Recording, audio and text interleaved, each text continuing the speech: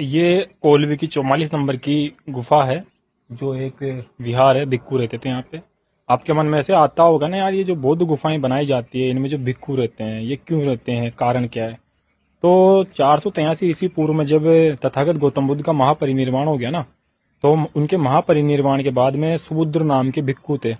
तो उन्होंने, जो भिक्खू थे ना दूसरे, वो जब अपना आदमी कोई मर जाता है, महापरिनिर्वाण हो जाता है, तो दुख तो होता ही, अपना आदमी जाता तो दूसरे जो सरमन थे, भिक्खू थे, वो विलाप करने लग गए थे उस टाइम में।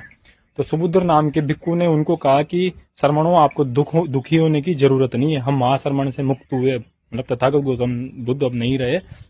अब हम अपने मन में जो आएगा ना वो करेंगे, जहाँ जाना चाहेंगे वहां पे जाएंगे, जो खाना चाहेंगे वो खाएंगे।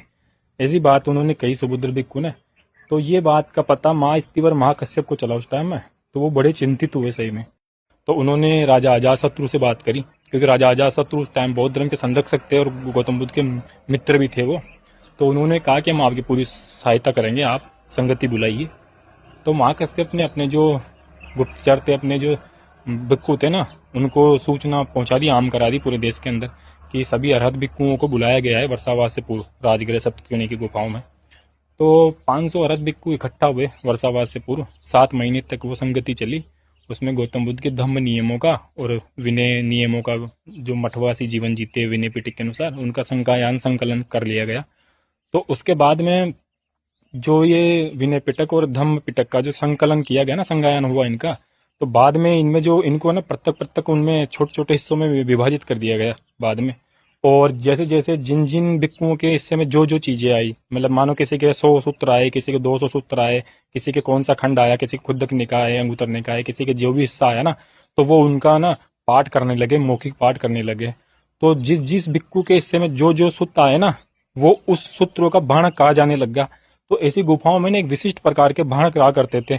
जो कोई तो अंगुतर निकाय में महारत हासिल था, कोई सूत पिटक जानता था, कोई विनय पिटक जानता था, कोई 50 सूत्र जानता था, कोई 100 सूत्र जानता था। वो सूत्र वो मौखिक याद रखते थे, उनको याद रहते थे सारे के सारे सूत्र। तो ऐसी गुफाओं में ना हर भाणक परंपरा के लोग रहते थे। अब यहाँ पे बहुत सारे गांव हैं, बहुत सारे गांव में अलग अलग बहुत गुफाएं हैं। तो हर बहुत गुफाओं के अंदर है ना अलग अलग नियम जानने वाले बहुत भिक्खु रहा करते थे। और जो वो याद करते थे उनको कंठस्थ रखते थे, उनको मुंह जबानी याद रहते थे। तो ऐसे ही बहुत लंबे समय तक है ना मौखिक परंपरा से है ना बुद्ध धर्म के विचारों का प्रसार होता रहा, उनको बचाया जा सका मौखिक रूप से ही। तो भाणक परंपरा प्रचलन में आई उसके बाद में, प्रथम बौद्ध संगति के बाद में 483 ईस्वी पूर्व में।